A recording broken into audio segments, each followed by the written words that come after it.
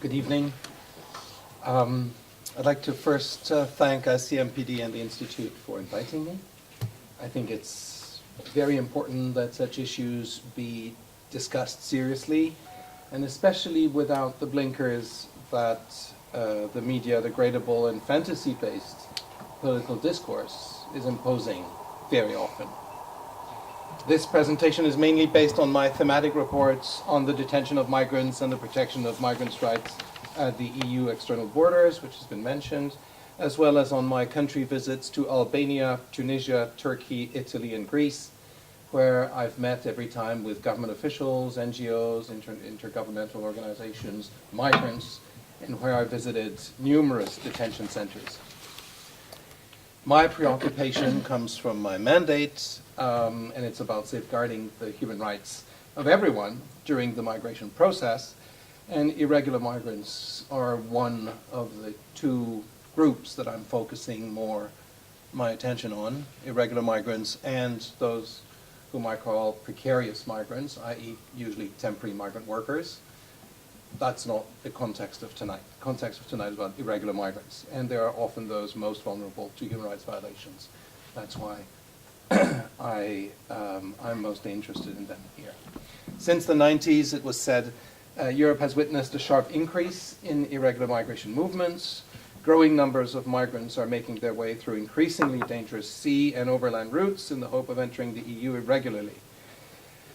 While those entering by irregular border crossings by sea and land make up only a fairly small percentage of persons who reside irregularly in the EU, this is where the most egregious human rights violations and abuses appear to take place.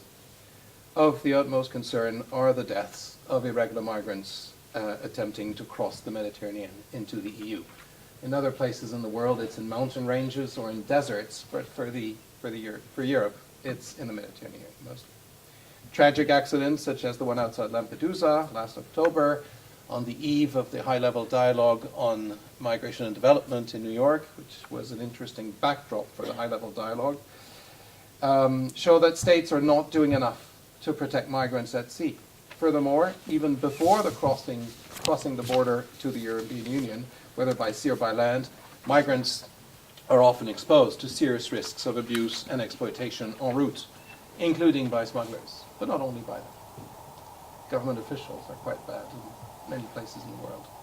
This is particularly true for women and girls who wait in transit countries and who may be exposed to sexually based violence.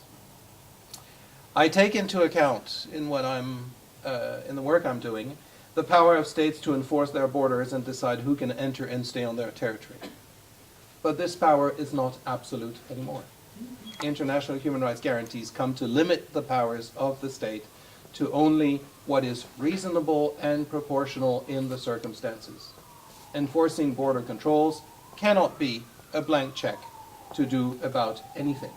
And courts have said that repeatedly at international level or at national level. In other words, protecting territorial sovereignty cannot be done at the expense of human rights. Both territorial sovereignty and human rights must be realized for any migration control policy to be legitimate. And I come tonight with 4 questions that I'd like to share with you, and I'll share a few ideas. First question is, why do migrants come irregularly? Second question is, why do repressive policies fail to reduce irregular migration? Third question is, why search and rescue is totally insufficient for preventing deaths at sea? And fourth question, which is probably the most important, what policies are reduce deaths at sea? First question, why do migrants come irregularly? And you probably have in the other conferences have already discussed that. But I'd like to insist on that because that explains a lot of what comes after in my presentation. Migrants come because of push and pull factors. Push factors are well known: poverty, oppression, conflict, natural or man-made disasters. Our development and humanitarian policies respond to such factors, and many say they haven't done a great job over the past 60 years. That's debatable. I think they've done a great job, but not a complete job. In addition to the role of push factors, irregular migration is also largely a response to one major pull factor, which is often overlooked: the unrecognized needs in the labor market of host countries. No one emigrates to Myanmar or Zimbabwe because there are no jobs to be had there at the moment. Migrants go to countries where the labor markets are demanding workers, be they in the global north or the global south. The divide is not north-south anymore. South Africa, Kenya, Brazil, Chile, Malaysia, Thailand, South Saudi Arabia all attract migrants. Portugal and Greece don't attract migrants anymore, except as transit countries, because there's no job market for migrants there. Host countries have allowed underground labor markets to develop in many economic sectors with small profit margins: agriculture, construction, hospitality, care. These sectors benefit from the competitive advantage offered by cheap labor, and since beggars can't be choosers, irregular migrants are often willing that nationals will not, at the exploitative conditions that these employers, local employers, unscrupulously will offer. I've thus met, for example, in one of my visit to Italy, I visited the region of Castelnuovo, which is east of Naples, which is an agricultural region, and I've met dozens of migrants who are stuck there. I met a group, they were about 250, living in 3 single-family houses with 3 bathrooms. They worked every day they could, walking 5 miles to get to a roundabout where eventually a pickup truck would pick them up, and they would work 10 hours in the fields and get at most 20 euros for that day of work. That's when Mario came to pay them, because often Mario wouldn't come to pay them. And all this is controlled by the local mafia, and we know that. And the landlord is exploiting them for the 3 houses. They do not earn enough to go anywhere, and they do not earn enough to come back home. They're stuck there. We know that. We know. This is known by everyone, and we don't change that. We have allowed those underground labor markets to grow because the alternative is politically difficult. Many of the industries concerned would collapse if they were required to provide the salaries and conditions that an open market, labor market, would request. How much would we, Global North consumers, be prepared to pay for Italian tomatoes, Spanish oranges, or Quebec strawberries? I often use the Quebec strawberry example. If fair wages were paid, would we buy a strawberry basket at 15 euros? Probably not. At least we'd buy one, and that's it for the season. This societal discussion has proved impossible in most host countries, as politicians shy away from it. They don't need to tackle the issue as long as electors don't request it, and migrants don't vote and won't protest anyway. So why talk about it? Irregular migrants are therefore in a constructed, precarious legal situation, always at the risk of being identified, arrested, detained, deported. They fear all contacts with the authorities. In most cases, they don't complain or protest publicly when their rights are violated, when they aren't paid for the work they've done, when they are paid several months late without compensation, when their overtime is not recognized, when their job description is not respected, when they suffer abuse, verbal, psychological, physical, or sexual abuse. Their most common strategy is to move on and hope for the best, hope that next time their rights will not be violated that much. And migrants come irregularly because they can. Despite the utter incapacity of politicians to tell this truth to the electorate, democratic borders are porous. They have always been, and they will always be porous, unless we apply such violence that we wouldn't be democratic states anymore. Even the borders of the USSR were porous. Human beings have always found clever ways to move on the planet, across rivers, mountain ranges, deserts, and now borders, and that will not stop. When one flees a conflict or has a family to feed, one does what one can. And let's not sneer at this. We would do the same for our children. In the recent past, our forebears have done tragic and sometimes terrible things in order to survive and protect and feed their loved ones. Using people who know the way has always been a good strategy to cross mountains, seas, or deserts. Mountain and desert tribes, as well as fishermen and tradesmen, have always done that. We call them smugglers today, with a tone that indicates our contempt and connotes criminality.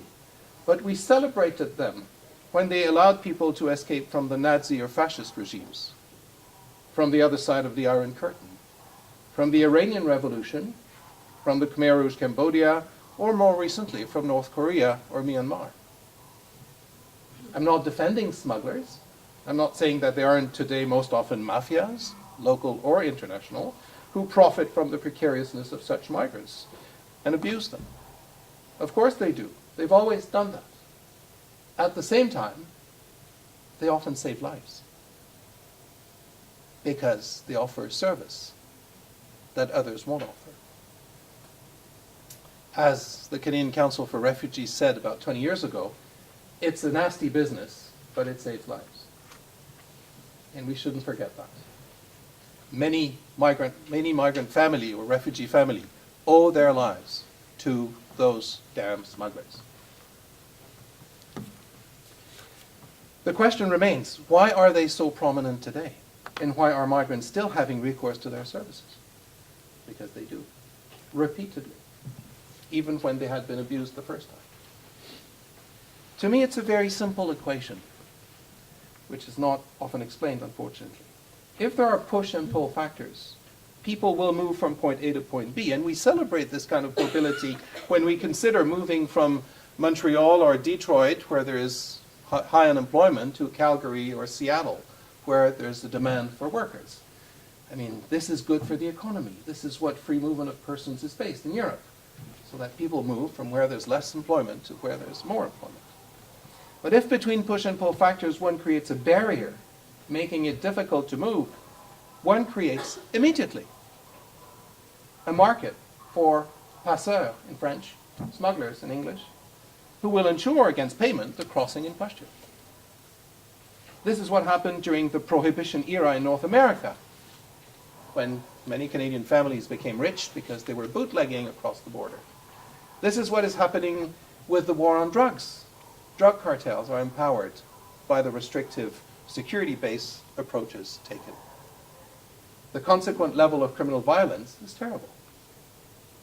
We should recognize, and it's difficult for politicians to do so, we should recognize that the migrant smuggling industry is the direct result of restrictive migration policies. And we should recognize our collective, shared, because we're not the only one, responsibility in the exploitation of migrants at the hands of the smugglers who help them cross borders. Because we know that restrictive migration policies create such mafias, how can we truly believe that more restrictive policies will get rid of the issue? My second question is, why do repressive policies fail to reduce irregular migration? As stated in my 2013 report to the Human Rights Council on the management of the external borders of the EU, within the EU policy context, irregular migration remains largely viewed as a security concern that must be stopped. This is fundamentally at odds with a human rights approach concerning the conceptualization of migrants as individuals and as equal holders of human rights. Within the EU institutional and policy structures, migration and border controls have been increasingly integrated into security frameworks that emphasize policing, defense, criminality over a rights-based approach. Investments in security apparatus have not been matched with corresponding investments in providing adequate protections for the human rights of migrants. The focus on police and security is evinced most practically through the investment in Frontex and new surveillance technologies such as Eurosur. And I have nothing against Frontex and Eurosur. I've talked to Frontex people and they understand what their job is. I'm just saying that this is insufficient. It won't do the job. There's an increasing trend to ensure that border control no longer take place at the physical borders of the EU. This is the externalization of border control. It effectively involves shifting the responsibility of preventing irregular migration to Europe to countries of departure or transit, including capacity building activities in third countries towards stopping irregular migration. This worrying shift of border control to other states is not accompanied by appropriate human rights guarantees. During my 2012 visit to Italy, for example, I observed a tendency towards a progressive externalization of border control through the conclusion of bilateral agreements between Italy and at least two at the time, of its non-EU neighbors, Tunisia and Egypt. And very swift removal of Tunisian and Egyptian nationals who were picked up at sea. I am particularly concerned that this type of agreements are often not transparent, and they appear to have minimal human rights safeguards embedded within them.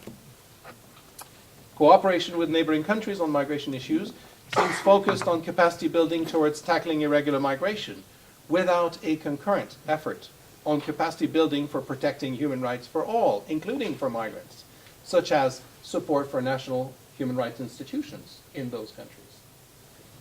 For everyone, including migrants. Moreover, EU member states geographically situated at the external border of the Schengen area, and I will echo what my predecessor has said, find themselves not only responsible for the management of their national borders, but also custodian of an external EU border, which often encompasses large tracts of land and sea frontiers. Yet, while the EU has acknowledged the magnitude of this task for individual border states and established Frontex to assist them with the challenging task, I have continued to observe a clearly disproportionate impact on such member states, which can impact on the human rights of migrants entering the countries. To take only one example, Greece, which I visited in December 2012, in the aftermath of the financial crisis. Greece was utterly incapable of adequately preventing irregular transborder movements and protecting the human rights of the migrants concerned and offering protection to asylum seekers. It was not capable of doing so, yet it was tasked with that. The result was that numerous migrants experienced violence and abuse. As most migrants never had the intention of settling into Greece, which had no labor market for them, it is the whole of the Dublin system which is thus indicted. The Dublin system doesn't make sense at present. Yet that's what countries which are situated far from the external borders insist on, because it's their interest. Those migrants are called by job markets situated in Germany, Sweden, the UK, and elsewhere, and they can't understand why they should be stuck in Greece, where they can't contribute their work and they can't send money home, which is what they want. All in all, my question is, why do repressive policies fail? All in all, repressive policies fail to deter irregular migration because migrants don't believe they're doing anything wrong. Because they believe, and rightly so in my mind, that they're only doing it to get a job, work hard, and support their family. And who can say that this is wrong? We don't have the moral high ground here. We would do the same in their shoes. Repressive policies fail to deter irregular migration because also hope is always stronger, because despite what happened to others, or even to themselves in a previous attempt, they believe that next time will be the right time, and that they'll make it. This is exactly what the celebrated Golden Legend in America was made of. Repressive policies fail to deter irregular migration because migrants know that there's a job for them out there. Their family and friends who are already in host countries tell them repeatedly that there are jobs to be had. And we have these important underground labor markets that we have allowed to grow, which provide such jobs, often in appalling conditions. For migrants, it is a first step towards economic freedom, and they're often ready to suffer quite a long time for the sake of their children's future. Repressive policies serve one purpose, and more, but at least one purpose at present, mobilizing electorates in the host countries around nationalist populist agendas bent on the demonization of irregular migrants. Those agendas will not be swayed by a constituency of the most interested persons, the migrants themselves, because migrants don't vote and have no access to the political stage. And we see that the expression of those nationalist populist sentiments in many countries in Europe and even in North America. The repression of irregular migrants is also seen by some, and their sociologists and political scientists have had a lot to say, as the precondition for their exploitation as irregular migrant workers. Without this repression and this their fear of being returned, they would request to be treated fairly, and the competitive advantage of employing them would disappear. They would not be afraid of the mafia in Castelnuovo, for example. This means that several sectors of the global north economies would be at risk of collapse. Exploitative employers and many politicians have therefore an interest in not challenging publicly the present exploitative framework. Moreover, those entering by irregular border crossings by sea and land make up only a fairly small percentage of the persons who reside irregularly in the European Union. And this is true for most host countries in the global north. This is what my colleague Elspeth Giles calls the issue of scale. In fact, statistics indicate that the vast majority of migrants with irregular status within the European Union are those who are issued an entry permit, enter regularly, and then overstay their visas. In this context, it can be considered that there is by both the European Union and member states on irregular arrivals by land and sea, in particular in the policy context. My third question is why search and rescue is totally insufficient for preventing deaths at sea. Search and rescue is an ancient and noble tradition of sea people helping sea people. I've had countless testimonies during my country visits of how Coast Guard mission was to help people in distress at sea and how they save lives almost on a daily basis. But they also told me how this mission was compromised when they were tasked with controlling immigration. One head of a National Coast Guard Corps told me that the Coast Guards should never be tasked with controlling migration, as this conflicts directly with our most important duty, saving lives. The confusion in the mandates explains in part the ineffectiveness of the response. Repressing the help privately offered to irregular migrants is also counterproductive. I've had several testimonies of how fishermen were harassed by the police after they had saved irregular migrants from drowning and brought them to port. Many were arrested and prosecuted as smugglers. Their ships were impounded for several months. They lost their livelihood. Many fishermen now turn a blind eye when they are close to migrants in distress at sea, and they won't provide the search and rescue services they once would have automatically provided. When people save lives, they should receive medals and be celebrated, not punished. People of the sea should not be put in a position of having to choose between their livelihood and their highest duty. This is why I was extremely disappointed when the only response the EU provided to the Lampedusa tragedy was limited to increasing the budget of Frontex and hastening the implementation of Eurosur. Search and rescue is an essential service that has to be maintained and increased if necessary. But we know this will not prevent other tragedies. And yet, we do nothing significant to remedy this. So what are the policies that might reduce deaths at sea? I take for granted that the state's objectives here should be fewer irregular border crossings, less smuggling of migrants, less loss of life at borders, less labor exploitation, and fewer migrants' rights violations. And we probably could all agree on such objectives. To achieve this, and without denying the general power of the states of returning irregular migrants to their countries of origin, states must recognize their share of responsibility in the phenomenon and change their labor and migration policies. And I suggest the following. I have 6 suggestions.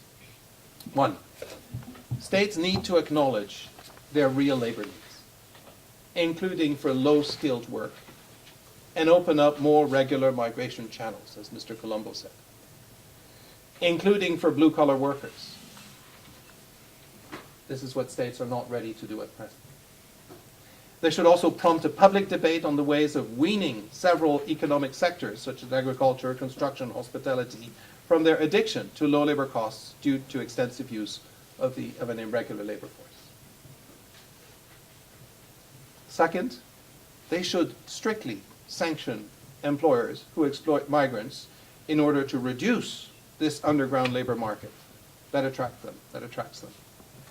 One should fine those employers and make them pay arrears for their employees, for the salaries, on the minimum salary basis, not on the salary they had promised to pay or they were paying, but on the minimum salary at least, plus all the social contributions.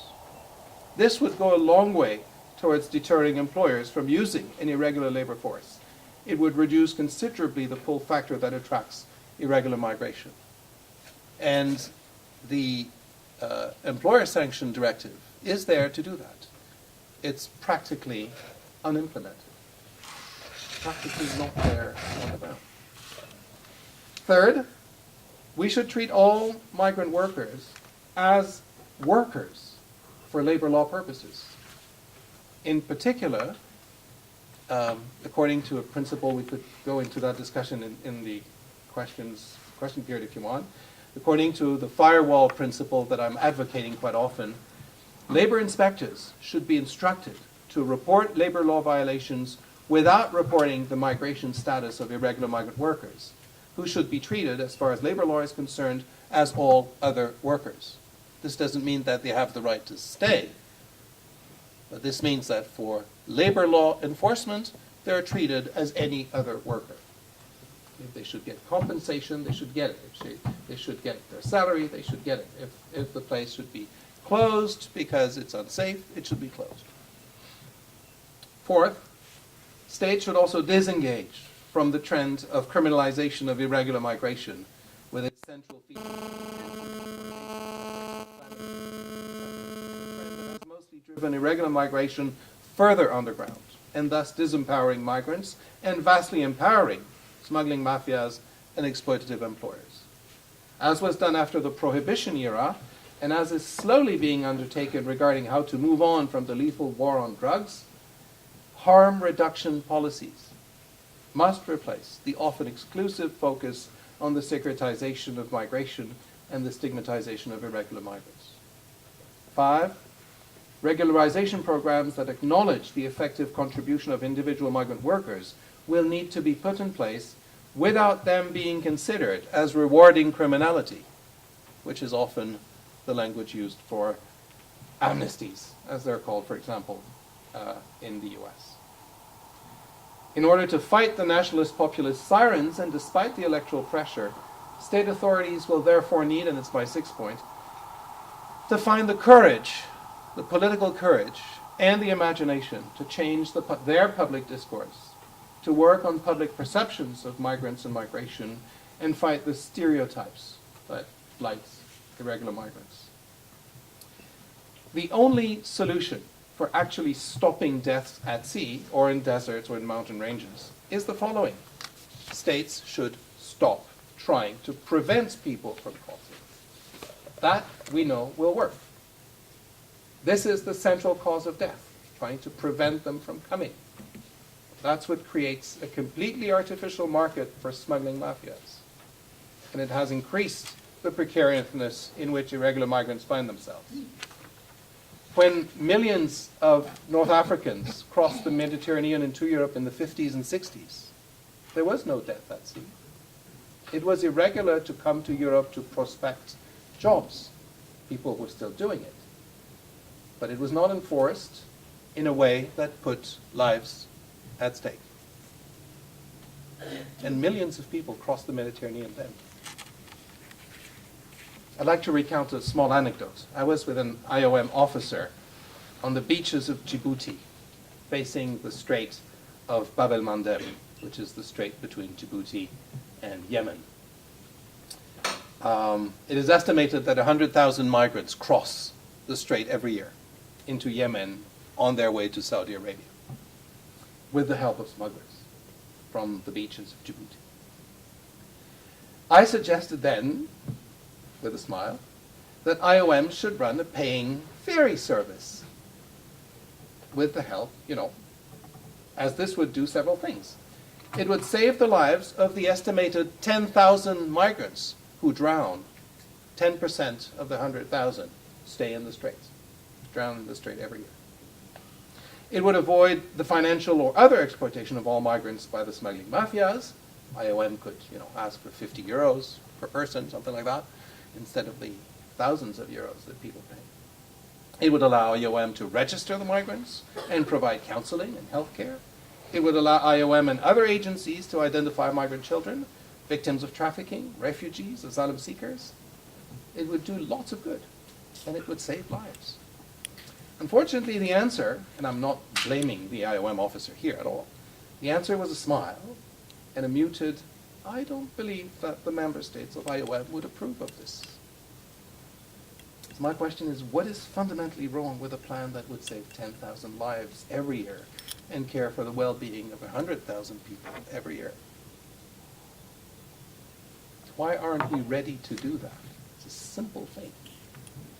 I would therefore like to conclude by saying, I've been provocative throughout my presentation, I recognize that. I thought I would do that. It would create some buzz. And I would conclude by saying that migrants will continue arriving no matter what. And they will migrate irregularly if we don't provide them with access to regular migration channels, because there's a labor market for them, whether we recognize it or not. And second, saving the lives of migrants is more important than protecting territorial sovereignty. We have learned this lesson in other contexts. For women, children, detainees, minorities, indigenous peoples, gays and lesbians, and other marginalized groups whose lives were once considered less important than the respect of some social mores. Children in mines, for example, or indigenous peoples in residential schools in North America. Today, our intellectual challenge is about acknowledging that borders are not worth the lives of migrants. We need to find other ways to make borders relevant, ways that would avoid endangering the life and dignity of anyone. Thank you.